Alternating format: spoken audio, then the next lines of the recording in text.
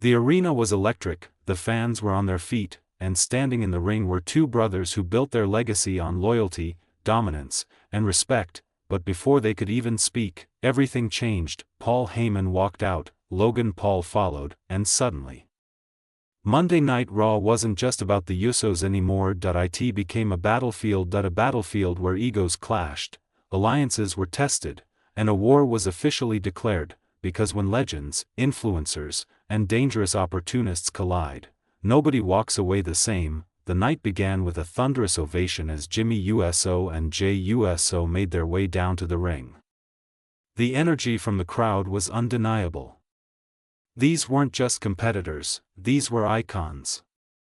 Brothers who had fought side by side, conquered tag team divisions, and survived the harshest battles WWE had to offer. The fans knew something important was about to happen, but before Jimmy and Jey could even speak, the atmosphere shifted instantly. The music hit, and out walked Paul Heyman. The crowd reacted immediately, raising their arms in recognition of one of the most powerful masterminds in wrestling history. Heyman walked slowly, confidently, with complete control over the moment. He ordered the music to stop. He stood tall, staring directly at the Usos, knowing exactly how to command attention without even raising his voice. But he wasn't alone. Standing beside him was a man who has quickly become one of the most controversial figures in WWE, Logan Paul. Logan wasted no time grabbing the spotlight. With his trademark arrogance, he began bragging about selling a rare Pokémon card for an unbelievable amount of money. The crowd responded with loud boos, but Logan thrived on it. He wasn't here to be liked, he was here to dominate. Logan then delivered a dramatic introduction in Paul Heyman's signature style, mocking the legendary manager while simultaneously proving his own confidence. Then Logan made his intentions clear. He said he had a vision for Monday Night Raw. A vision to host the show in the greatest city in America.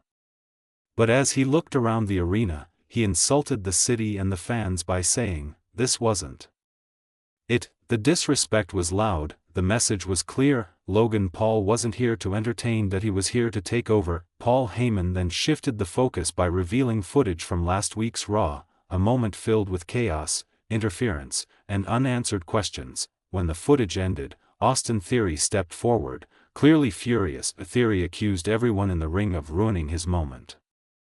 He said a masked man interfered and stole his opportunity. He blamed everyone, including management, claiming he deserved to win. But then, authority arrived. Adam Pearce walked out with purpose. Pearce wasn't here to argue. He was here to restore order. He told everyone that playtime was over and suggested they settle things properly behind the scenes. But Theory refused. He accused Pearce of sabotaging him and costing him victory. Pearce fired back, reminding Theory that outside interference from dangerous individuals like Bronson Reed and Logan Paul made the situation impossible to control. Paul Heyman saw an opportunity. He demanded that Bronson Reed be added to the Elimination Chamber match immediately. Heyman wasn't asking, he was attempting to manipulate the system, but Adam Pearce didn't fold. Instead, he made it clear that if Bronson Reed wanted to enter the chamber, he would have to earn it. No shortcuts, no favors, just competition. And that's when everything escalated even further. The arena erupted as LA Knight made his way to the ring. Knight didn't hesitate. He called everyone out. He mocked Austin Theory. He challenged Bronson Reed, and he even warned Logan Paul. Knight made it clear he wasn't afraid of anyone standing in that ring. He pointed out the obvious numbers game. 3 men aligned, and on the other side, the Usos, and himself. Knight turned to Jimmy and Jey. They didn't need words, they just needed one look. They understood.